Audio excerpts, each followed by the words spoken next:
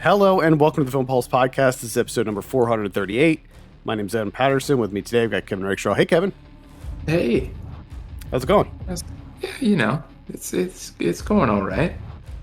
Good. Good to hear. How you doing? Where are you at? I'm in Florida right now, so I'm still transitioning. So our new house, which is in North Carolina, is not ready to be moved into yet. It won't be ready until the end of September. So we're kind of like transient until then. Yeah, you're going on an East Coast tour.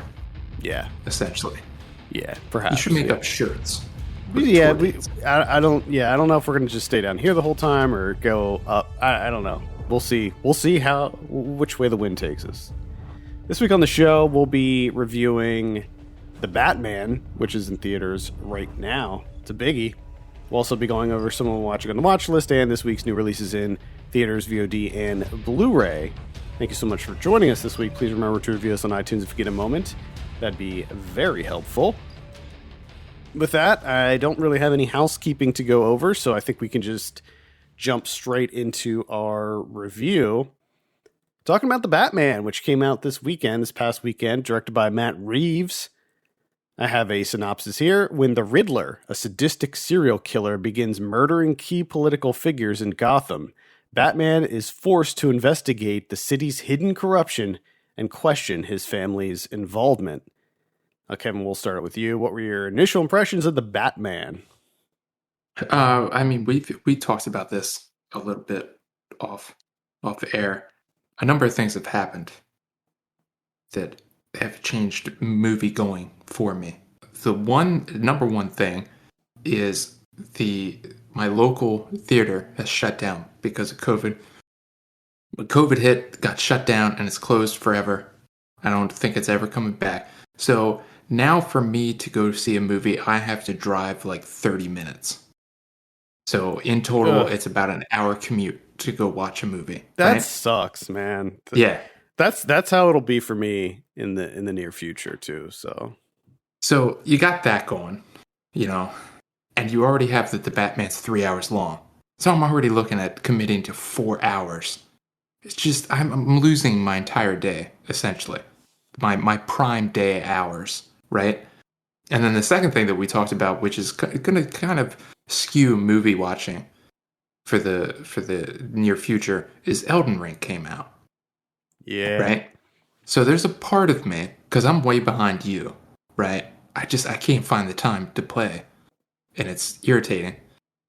So every movie that I watch is essentially me thinking, now, would I have rather enjoyed playing 3 hours of Elden Ring at my home, not leaving, especially with gas being like $4.30 or something a gallon? Would I rather do that or watch The Batman for 3 hours? And I gotta say, I far would have more enjoyed staying home playing Elden Ring for 3 hours if I had to pick between the two, knowing what I know now. But overall, it's not to say that The Batman's a bad movie. I just thought it was fine. It was just fine. There was certain parts of it that I was like, oh shit, this is pretty good. Maybe perk up in my chair a little bit. But for the most part, I'm just like, yeah, this is The Batman all over again. I somewhat agree with you. I think that it was more than just fine. I think that it was quite good. But I do understand where you're coming from in that, it's another Batman story. There's nothing here that's mind-blowing, but I think that it is a really solid entry in the Batman franchise. I think that my ranking of the Batman movies, this would probably be under The Dark Knight for me, which would be the fourth best, I think. I think that Batman 89, Batman Returns, Dark Knight, and then this probably. I did enjoy myself with this more than Batman Begins and The Dark Knight Rises. So I liked it quite a bit. I like the Riddler character. So that kind of drew me into this right away. And I like Batman stories where he has to be the world's greatest detective. I like any Batman story that involves a mystery where he's got a, he's in a race against the clock to solve this mystery. Now, being that this is like an early in his career Batman, I feel like he's not quite at the top of his game intellectually in this one. Yeah, He's intellectually. he's still got something to learn. Like he's still learning. And I don't think that there's anything inherently wrong with that from a story perspective. I actually wish there was more of that because I will agree with you intellectually he's not there. There's a lot of room for improvement, right? If I'm doing if I'm doing a year-end review on this guy. But the thing that on the flip side of it that kind of took out like the stakes of it all is that pretty early on and then throughout the movie, like he's kind of shown as indestructible. Like he's getting shot numerous times, and it's just like not really affecting him at all. And I'm just kind of like, oh, he's indestructible, I guess. Like I never felt like there was a chance that something might happen to him. And I know that that's kind of stupid going into It's Batman to Batman. begin Yeah, with. It's he's not Batman. gonna get killed. No, but there is a part where it's like it's something. I don't know. I think the stakes are more on the city itself rather than Batman. Like the thing that you have to be concerned about in a Batman movie is other people, not necessarily Batman himself. It's whatever the villain is going to do to others or the city as a whole. Yeah, and I think that was my two pronged favorite thing about this is that it mostly focuses on the Riddler, which thank God, because there is something towards the end of the movie that's just like fucking Christ, you know it's gonna happen, but please, someone else. So this movie has that, and I also like that it has more than one person. You have the Penguin, you have Catwoman, you have more. I think the only downside to that is it seemed like Reeves was trying to do too much, juggling too much, really, and this just became this like bloated thing. It That is I don't think it necessarily needed to be. I think that this is a big movie. I mean, this is a very large scale movie because you do have, and it all links together. Like it's all interconnected. So you have like the Riddler storyline mixed in, and then mixed in with that you have the sort of mobster, the mafia storyline with Carmine Falcone and Penguin, and it's all interconnected. But because this is like the first one in what I presume to be a new series, there's a lot of establishing stuff. Like they're establishing these characters. Now, I will say one thing that I give them credit for is there's no like not really origin stories here. Like by this point, Penguin is already established as like he owns the Iceberg Lounge, and he's already sort of an underling of Carmine Falcone. So like that's already established, and we don't have to go through the whole Batman origin story again either. So I definitely appreciated that. And same with Zoe Kravitz plays Selena Kyle, aka Catwoman. We don't have to go through her whole origin story really either in this, which I think is very refreshing. Yes. There was a lot of stuff I liked about this. I like the general aesthetic. Now, Batman is typically a very dark, grim, gritty, kind of brooding story. Like pretty much all the Batman media that you look at. This one, I think. I was just gonna say it's always dark. Oh yeah, And it's never light out. 90% of the time it's raining. It's always night. It's never light. Yeah, and I think that Reeves did an amazing job with the aesthetic. I think that he absolutely nailed the dreariness of Gotham, and the fact that he was able to have this movie be like 95% nighttime in the rain and still look. I mean, it's got to be really hard to shoot a movie like that, with just the constant rain and the reflections and making sure that stuff is dark, but not so dark that the audience isn't going to be able to see anything. And like making sure that the lighting is just right to reflect off of, all the wet surfaces and stuff. Like I imagine it was a really hard shoot. And I think that the end result looks really awesome. I think it's probably one of the best looking Batman movies. It's not quite as stylistic as like the Burton Batman movies, but it definitely feels like it's its own thing. It doesn't necessarily feel like it's biting off the other Batman movies. It has its own identity, which I appreciate. I like the design of like the Batman suit. All the costuming I think is really good. And I like the Batmobile, this version of the Batmobile, which feels a lot more kind of grounded and realistic, um, as opposed to some of the more kind of garish looking Batmobiles that we've Yeah, seen in the yeah, past. I think the Batmobile in this is kind of badass, and I liked all of that stuff. It feels the movie itself feels very Fincher esque, like the whole. yeah. I That have was a another thing that I I have a thought was. really hard time believing that Matt Reeves did not draw heavy inspiration from David Fincher when he was making this movie. Yeah, I mean, come on. It like the whole atmosphere of it, the whole tone of it, the Riddler character in and of itself just is like, oh, it's the Zodiac killer. All right. Like it just Yeah, felt, you're just kind of thinking the whole time, like, oh, okay, if Fincher did Batman, maybe this is what it would be. yeah.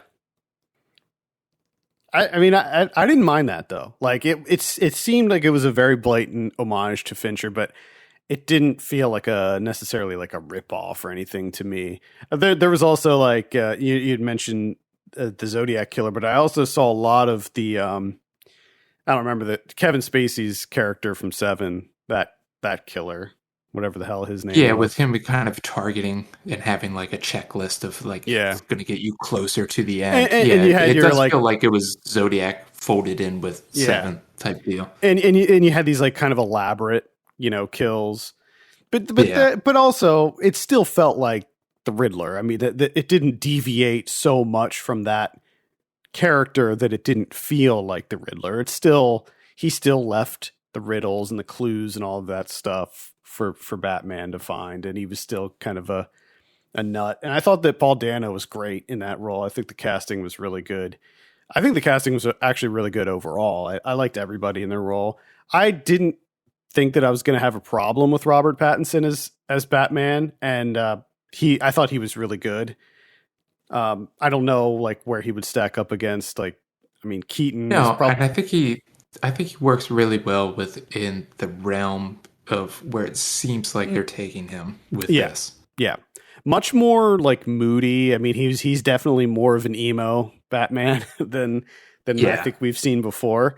It's also interesting in that this one again being sort of an early like when he's established as Batman, people know who he is, the cops know who he is, so he's been around. This isn't year one, but he's still sort of coming into his own, and at this point he doesn't do anything as Bruce Wayne. He's a recluse in this, which is a little bit different than most of what we've seen in the past with Batman movies where Bruce Wayne is this like, public figure. He is this kind of billionaire playboy type. And yeah. this is like it seems like this is before that. I imagine that in the next iteration, the next movie, we'll see more of that. Because it It'll, seems like it's leading up to that. it'll be interesting to see what they do, and I think that comes down to other. I think we've talked about this before with the like jump starting these franchises and stuff. It's like it's kind of hard to grade this one because I see interesting things, but I'm not going to know until what they do with it later on. You know what I Hmm. mean? Like this feels just like a setup for everything. And I think that's for me the number one thing of the Batman that I found really interesting is Robert Pattinson's character as Bruce Wayne slash Batman is he's he's 2 years into this. It seems like he's pretty much indestructible. But what it really comes down to is like he's kind of having this he's kind of reacting to these things as like a normal person would, not like you normally see Bruce Wayne slash Batman reacting, where he's like unintended consequences of like he's inspiring people, but the wrong people in the wrong Mm-hmm. way. And I think that's really interesting where he's kind of figuring that out as he's Yeah. going in Yep. the second year, where he's like, oh shit, like, what the fuck am I supposed to do now? Yeah. When And he's him real, kind of coming to terms to that. when he's realizing that, I think he says it at one point where he says like vengeance isn't enough. Like he has to do more to inspire the people Yeah. other than like kicking ass. Like there's more to it than Which, that. which I did think was funny because it within that sequence, he saves like two people and then he's like, okay, I'm moving out. And the rest of you people can save the rest. The other like 45 of them, I'll start leading the way. I got the two important people. Follow me. Yeah, he's got other stuff going on. I mean, he probably needed a nap after all that he's Oh, been he through. needs a nap 24/7. I mean, I guess he naps during the day. Yeah, probably more like a third. It's a more of like a third shift type of job. Yeah, it's Uh, understandable. yeah. So I thought Pattinson was really good in the role. I think that he's going to be a really good Batman, and hopefully they keep him on and he does more with it. I liked Zoe Kravitz as Selena Kyle. I thought she did a really good job. Colin Farrell as Penguin in a unrecognizable role for him. I wasn't Yes. sure about it. I was like a little hesitant about that one because typically when you get somebody who is like polar opposite of the character, I'm like, well, couldn't they just find somebody that looked more like that person rather than having to like load up makeup and all that stuff? But the thing is, like, the makeup job is really good, and Yeah. if I didn't already know that that was Colin Farrell, No, I had no idea. I'm certain that I wouldn't know that that was him. No, because I mean, the first time that he was introduced, I guess for like a little bit, I forgot because I'm like, wait, who's playing the Penguin? But I Yeah. mean, I don't. It's just the whole idea of like people in fat suits now, you know, in 2022. It's just kind of like, all right, like we could have picked some. He does a great job. Don't get me wrong. It's not his fault, but at the same time, it just seems a little odd at this stage of Mhm. the game Yeah, I mean, in terms of movies. guess they thought he was the right person for the job.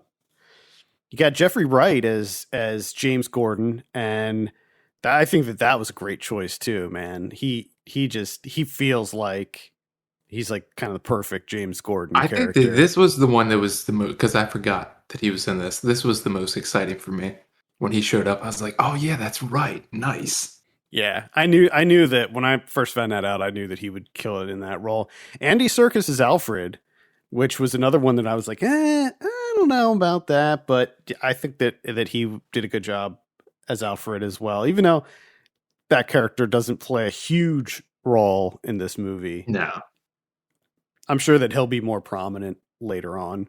John Turturro as Carmine Falcone, which that's an easy win there.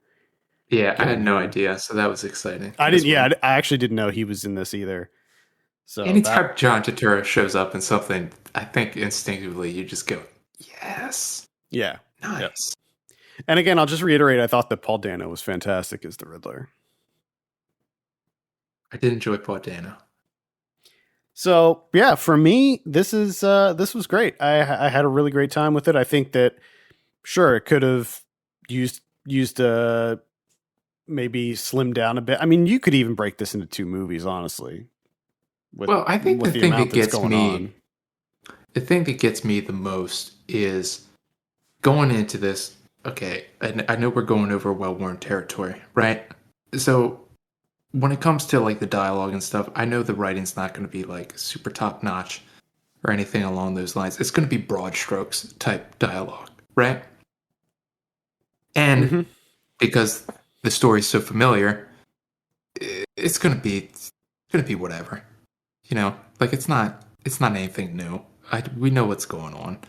So all that's kind of just back burner stuff. So what it comes down to is essentially the aesthetic and the action set pieces. And honestly, the aesthetic is just more of the same in terms of the Batman world, Gotham.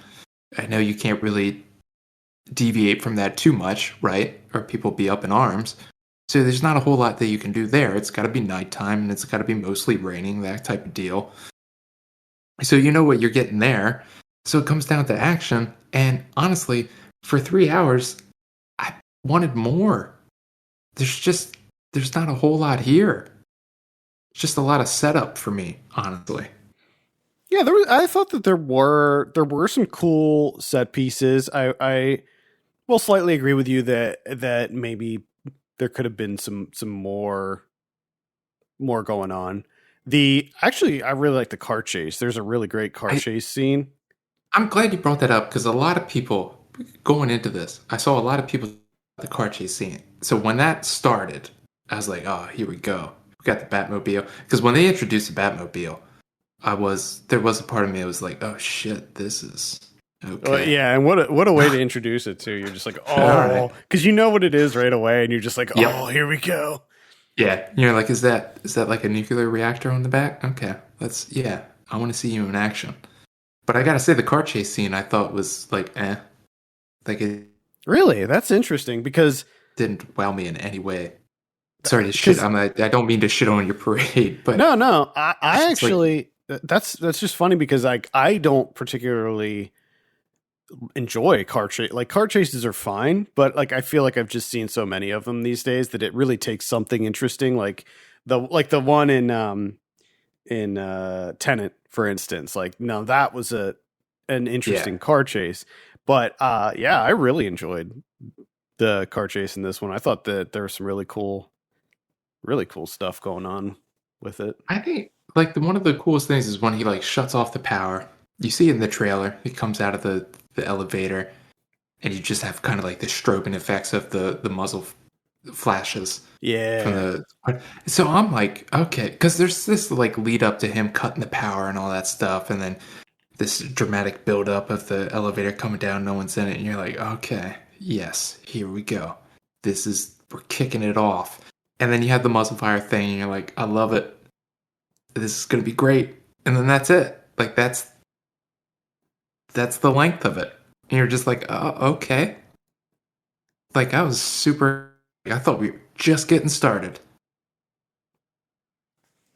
but I Yeah, I pretty much mean, saw all of that in the trailer. Like, yeah, it is light on action. It is pretty light on action. There's the a lot of it is just like more kind of detective work, which that actually reminds me of one of the things that I did want to point out was that most of this movie is Pattinson in the mask. Like he yeah. is very rarely Bruce Wayne, and he very rarely takes off the cowl, which I really appreciated because I feel like they're like most superhero movies, they're just trying to get the character out of the mask as much as they can.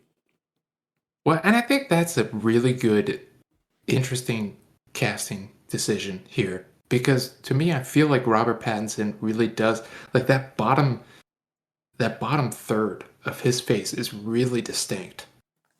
And Mm-hmm. I can't figure it out. I don't know what like his jawline slash like teeth situation. Like his teeth are too wide for his face. I don't know what it is, but there's something about it, and it works wonders here because you can just show me that bottom third, and I'm like, yeah, Robert Pattinson. Yeah. Maybe that's what it is. Maybe they It's thought like like it's like the front of his teeth are wider than normal people. and maybe that's like they all knew they were like, well, they're gonna recognize you in the mat. It's not like Spider-Man where it could be anybody in that Yeah. costume, you know. I think that's the thing. Like, if I lived in Gotham and you showed me Bruce Wayne, I'd just be like, oh, that's fucking Batman. It's the mouth Easy, thing. easy. He's I can. got double the front teeth than most people. He has more teeth. Yeah, love Robert Pattinson. Good, he's a good guy. I do too. He is great. That's the only other thing that worries me about this Batman thing, though, is I'm not going to see him in other stuff. He's going to get tied up in Batman's. Maybe not. I mean, he I don't know, man. He doesn't necessarily seem like the type of person that would do that. Like I feel like he would still like squeeze in a smaller like indie movie in between. But I guess we'll see like what that I don't know like what that contract is like with Yeah. Warner Brothers. It might be a pretty stringent contract that he's under. And like I saw a couple interviews with him and like he seems to really love the character and love the role. Like he actually sought this out. He auditioned for it and everything. So I think it's a good fit, man. Like I I think think it that does. Like he looks good in the mask. and Like, also the voice, that's like a big sort mhm. of point of contention. I think like Christian Bale's Batman was like he was good as Batman, but the voice was a little off, like kind of silly at times. But I think that what Robert Pattinson does here, I think he does a good job with it, where it's not like too over the top. No, but I do like how they kind of like did the flip side of that, where it's just him in a lot of situations where you wouldn't normally see a guy in a bat suit. Yeah, Just yeah, around like a lot of normal people, where they're right. just like, look at this fucking guy in a Look at bat this suit guy. walking Look at through. What this the guy. fuck? It is kind of interesting because in most Batman movies and stories and stuff, you just see him in action or like in front of a computer in the Batcave, doing some research and Yeah, then and he like going out. he sneaks in and he might talk to somebody and then he sneaks out. It's Yeah, not that like he's walking through a crowd of people, yeah. There's a just lot like, of hey, Batman, hey, there's a lot of sorry like guys, excuse me. you have crime scene investigations with like a crime scene that's like full of cops and like people like forensic people, CSI people taking pictures and stuff, and then you have like Batman taking notes and like looking at stuff, looking at evidence Standing in the way. Imagine trying to do your job with Batman at looming one over you. o'clock in the morning, and 1 o'clock in the morning, you're doing forensics, you're taking pictures of a dead body, all this shit, and you got to look at it, a grown man in a bat suit, and be like, "Excuse me, do you mind getting out?" Like, I gotta tell you, are you fucking kidding me? It's fucking Mickey Mouse shit. It's like it's no wonder everybody on the GCPD hates him. He's a big pain in their ass. I get uh, it. I get it. yeah. All right, let's give the Batman a score. I'm sitting at like a I'm at like a 7.5 on this one. I'm Maybe like even a. maybe even an 8. 7.5. I'll stick with that. It's funny because it felt like the more I was getting away from the viewing experience, I was liking it less and less. But I think I've come back like a little bit, and it kind of appreciated some things. So I think I'm gonna go like a 6.5, maybe 6.5. I'm gonna stick with a 6.5. All right, there you have it. Also, great title card sequence. I liked that. It is, it is interesting because my work plays classical music in the bathrooms now. That's like a new COVID thing, I guess, to help us de-stress. I don't know if I told you this, but anytime there's like a slow string song, because it's all like classical music, I'm just Mm-hmm. always in my head. I'm just like, oh, is that Ave Maria? So as soon as that title card hit, I just leaned over to my wife and I was like, is that Ave Maria playing? Nice. Uh, all right, that's the Batman. It's playing in theaters now, and I would recommend it. I would recommend going to see it on the big screen. I think that's the best way to view this one. I don't. You can watch it at home. Honestly, I you think can the do big it. screen I because when you're and this watching is this at the home, you got to look at your like TV calibration on this because it's such a dark experience.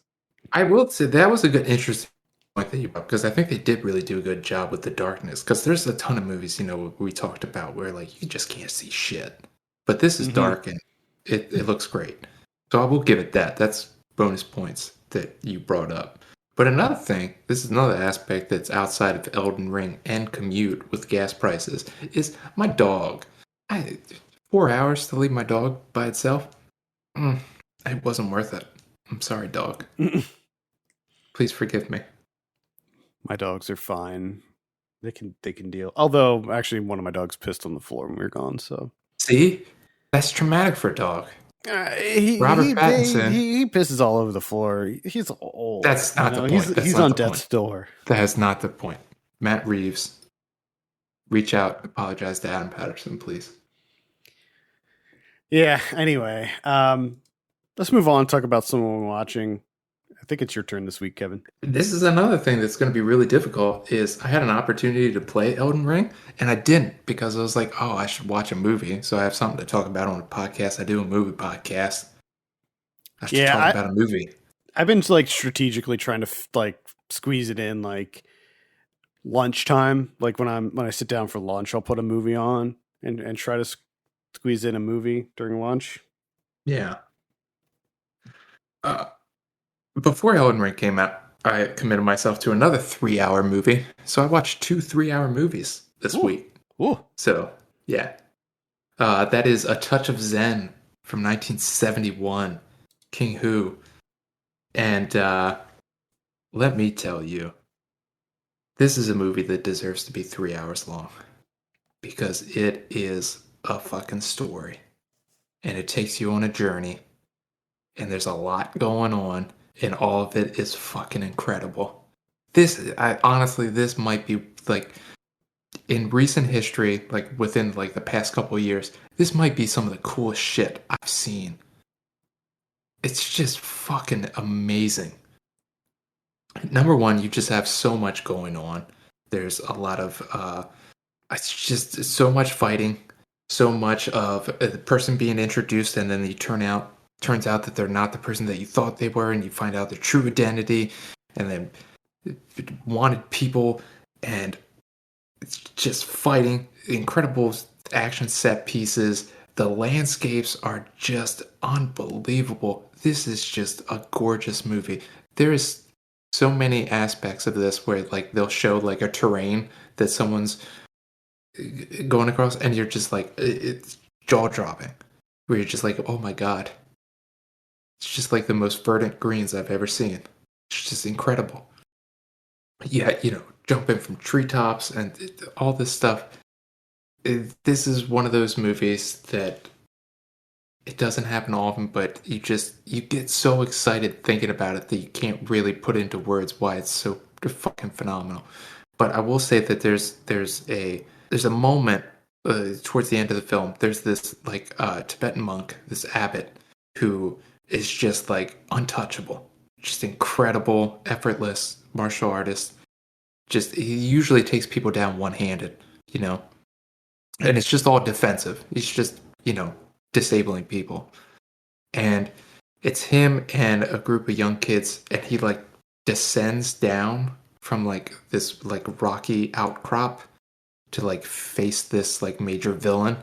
And just the way that it's cut, it's in slow motion. There's this music, it's so dramatic, and it's like he's just like floating down, essentially, is how they make it look. And it is just, it's like one of the coolest things I've ever seen on film. Man, I can't recommend it. Like, you will fucking love this movie, Adam. Yeah, this looks like one that I'll definitely have to. You are gonna lose your shit, man. Yeah, I think I probably will have to add this to my watch list immediately. Try to catch up with it. Maybe I'll try to catch up with this week. Elden Ring is consuming my life. I will say this: when I do the old compare, 3 hours of this I think comes out ahead of 3 hours of Elden Ring. Oh man, this is one of those movies where I'm like, I'm glad I watched this in my lifetime. I guess it depends on where you're at in Elden Ring. Like, because 3 hours in an Elden Ring could just be you dying over and over to the same boss, which would not be a good use of time. Yes, that's true. All right. Well, I can't really compete with a movie like that, but I did see the new Scream movie this week. This is directed by the team that did Ready or Not, which I loved. This is good. I enjoyed this. It didn't blow me away or anything. However, I did enjoy the concept of it. Scream has always been a very meta style of movie, and this one sort of doubles down on that whole thing. And the thing that I like about it is, we've been talking about all of these movies like Halloween, Texas Chainsaw, the Chucky series, like all these movies that are doing these sort of reboot sequel type things where they're not like rebooting the whole franchise, but it's like a new sequel, and they're sort of retconning all the pieces of it. That's what this movie does, but in a really fun kind of tongue-in-cheek way. And I think that it was a really cool idea. It's a fun movie, but most of it is your pretty standard slasher. But the thing is, like, that's kind of by design with Scream.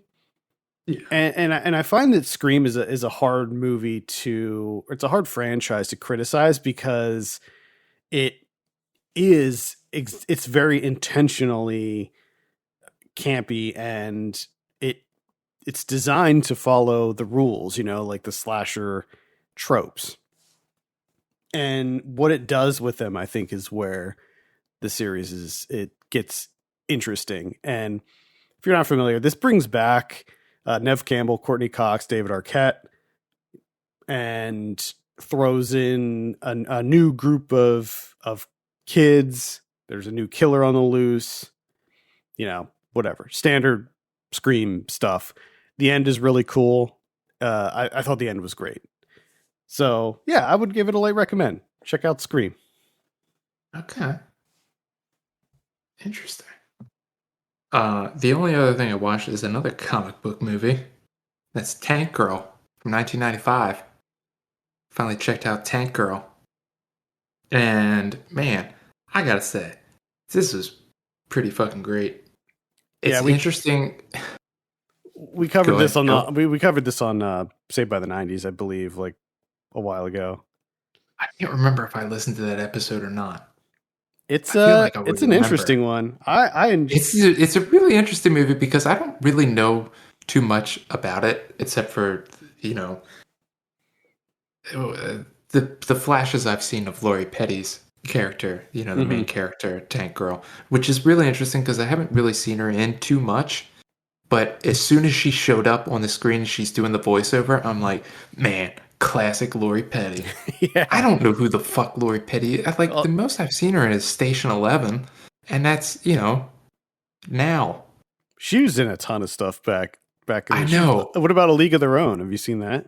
Yeah, that's true. She was pretty... I do remember in that, yeah. She was the sister in that. Yeah. It was just funny because as soon as she showed up, I'm like, oh, fucking classic Lori Petty. This is what you signed up for, man. Fucking love Lori Petty. And then I kind of was thinking about it. I'm like, I don't know what I've seen Lori Petty in. Like, how do I know?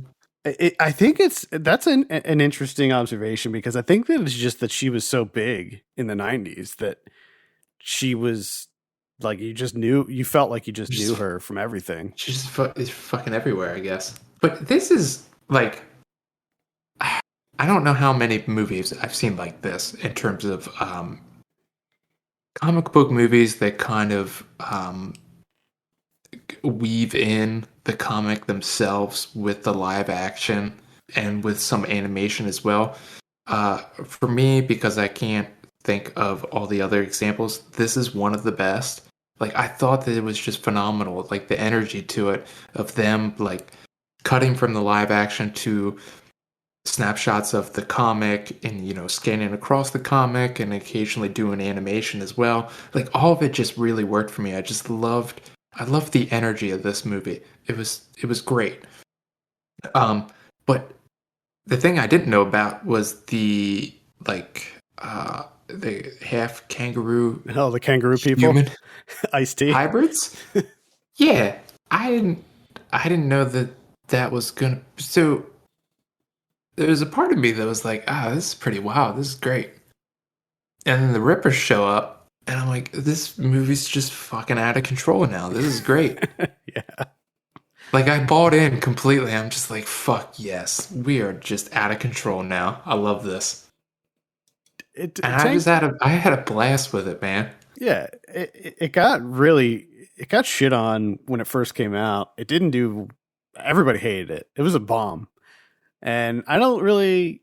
I think maybe it was just too far ahead of its time or something. I don't Yeah, know, because but even like the look of it is like the look of it, the pace of it just feels very modern. And I love like just like like in the beginning, their home base like out in the middle of the desert. Like just the production design of this movie is just pretty phenomenal. Between the tanks and the aircrafts and all the futuristic stuff. Like it looks great. yeah, yeah. This is directed by Rachel Talalay, who did Ghost in the Machine, which is another one that I would definitely I recommend. She think also, I listened to that one, that yeah, episode. yeah, Ghost in the Machine's awesome. So And I'm gonna have to check that out. she also did Freddy's Dead: The Final Nightmare, which is a decent entry in the Nightmare on Elm Street series. Cool. That's Tank Girl. Definitely check that out if you haven't seen that.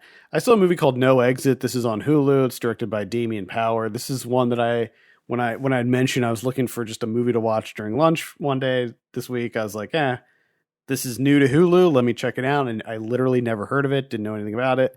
What you have here is it centers on a young woman who is in rehab. She has a pretty severe narcotics addiction, and she's trying to get herself straightened out, Mm. get her life back on track, and she finds out that her mom had an aneurysm, and she decides to break out of rehab and go see her mom in the hospital because they don't expect her to survive. And it as she's driving to, I think it's in like Illinois or Idaho or somewhere, um, there's a giant blizzard that hits, and she is forced to, like, all the highways are closed, and she's forced to seek refuge in a rest stop that the cops open up for people who get stranded. And so she's in this rest stop with four other people, and she goes outside to see if her phone has any reception, which of course it doesn't. But when she's out there, she finds a van, and there's a kidnapped girl in the van who's tied up.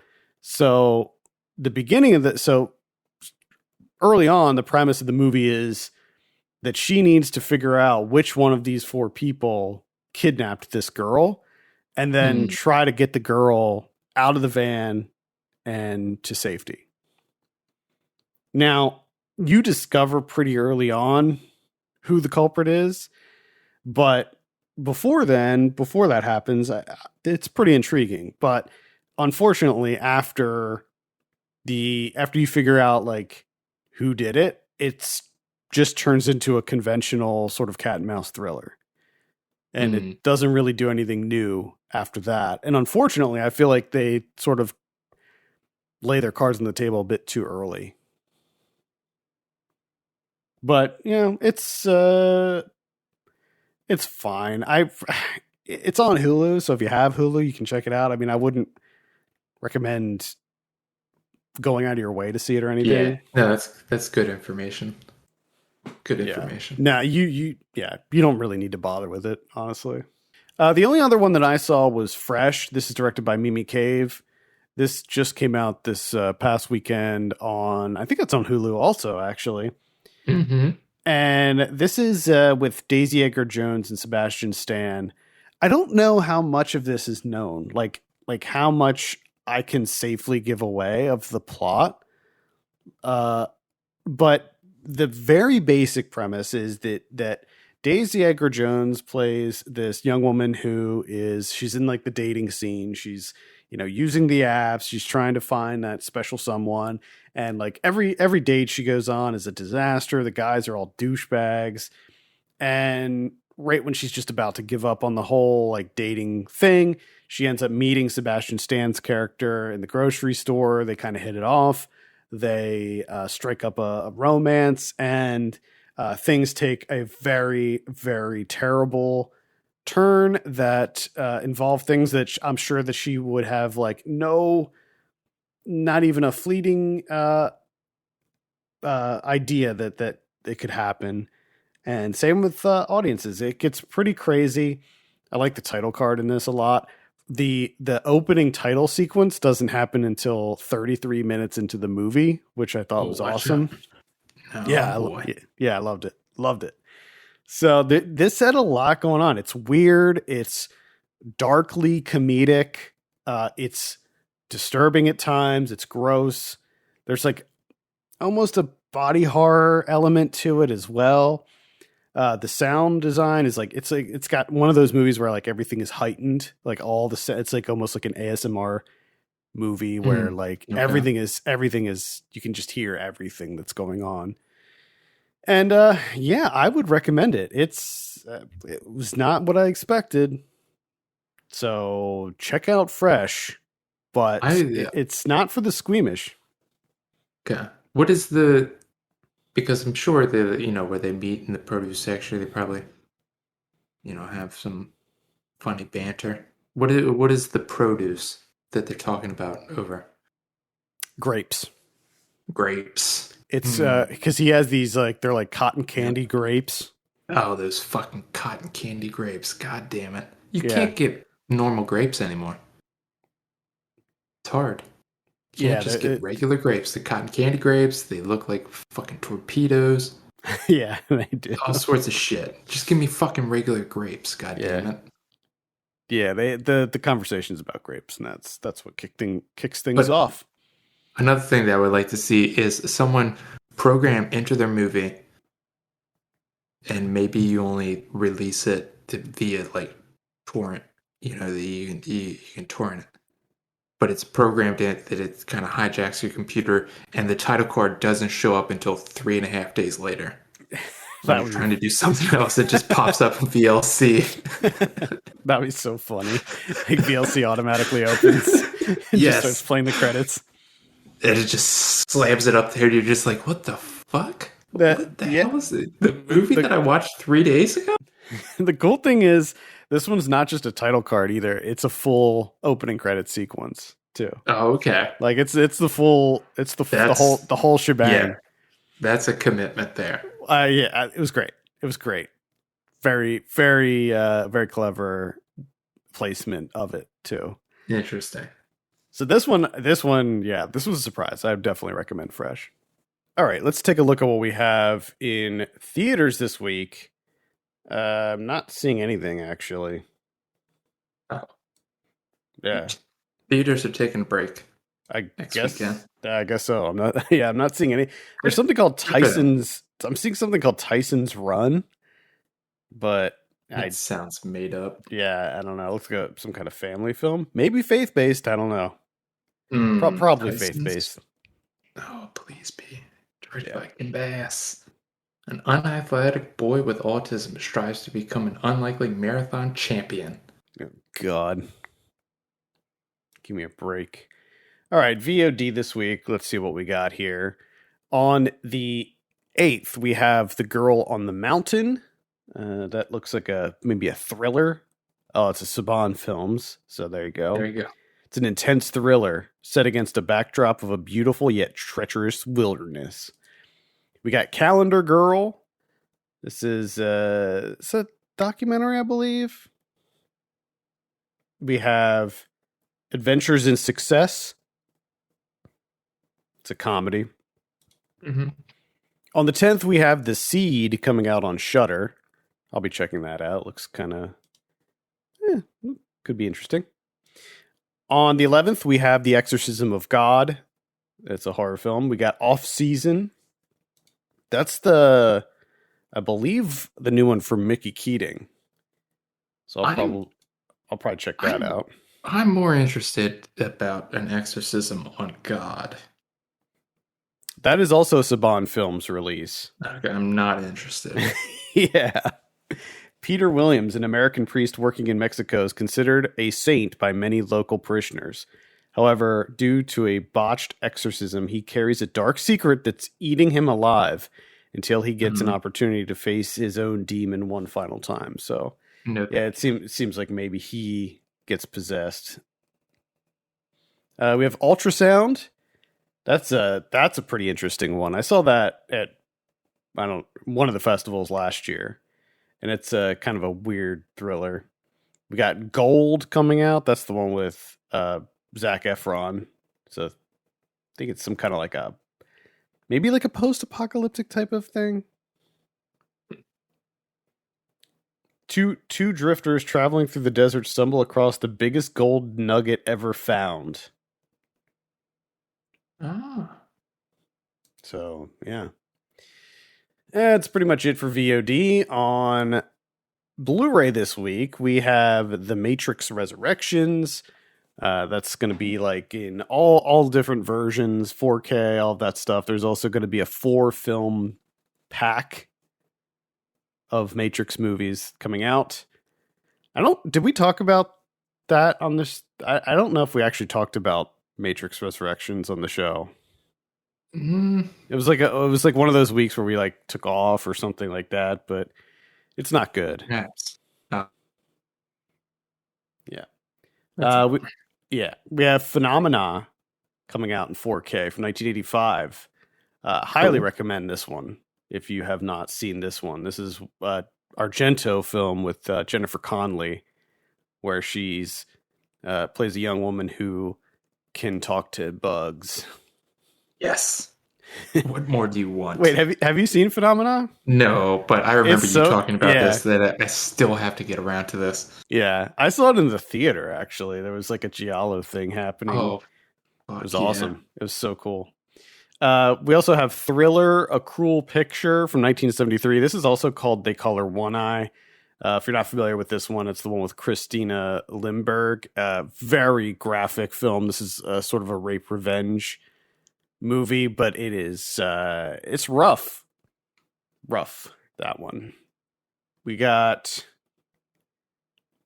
Rugrats 3 movie collection. Didn't know Rugrats had 3 movies to their name. That's news to me. Yeah, I knew they had 1, but I wasn't aware of 3 of them. Death Game from 1977. Let's see what else we have here. Coming to America from last year. I had to skip that one. We got Silent Night. You had mentioned that on the show a couple weeks ago. Oh yeah. Agnes. That's the one from Mickey Reese, which I would recommend checking out. Don't know if I'd buy it on Blu-ray, but it's worth a look. The Nowhere Inn from 2020. Let's see. There is so much anime every week. Holy crap. So much anime. Drunk Bus from last year. And that's pretty much it. What about Criterion's this week? We have Adoption, a Hungarian film from 1975. Marta Mészáros. This is a director that I've heard so much about. Just tons and tons and tons. But you couldn't find her work anywhere, really. So it's nice to see finally getting a release. At least one. We got one. Hopefully we can get more. Yeah. All right, I think that's going to do it for this week. Thank you so much for listening. You can send us your questions and topics to podcast@filmpulse.net. You can follow us on Twitter @filmpulsenet and @filmpulsekevin. And if you have a minute, consider reviewing us on iTunes. That would be extremely helpful. For Kevin Rakestraw, my name is Adam Patterson. We'll see you next week.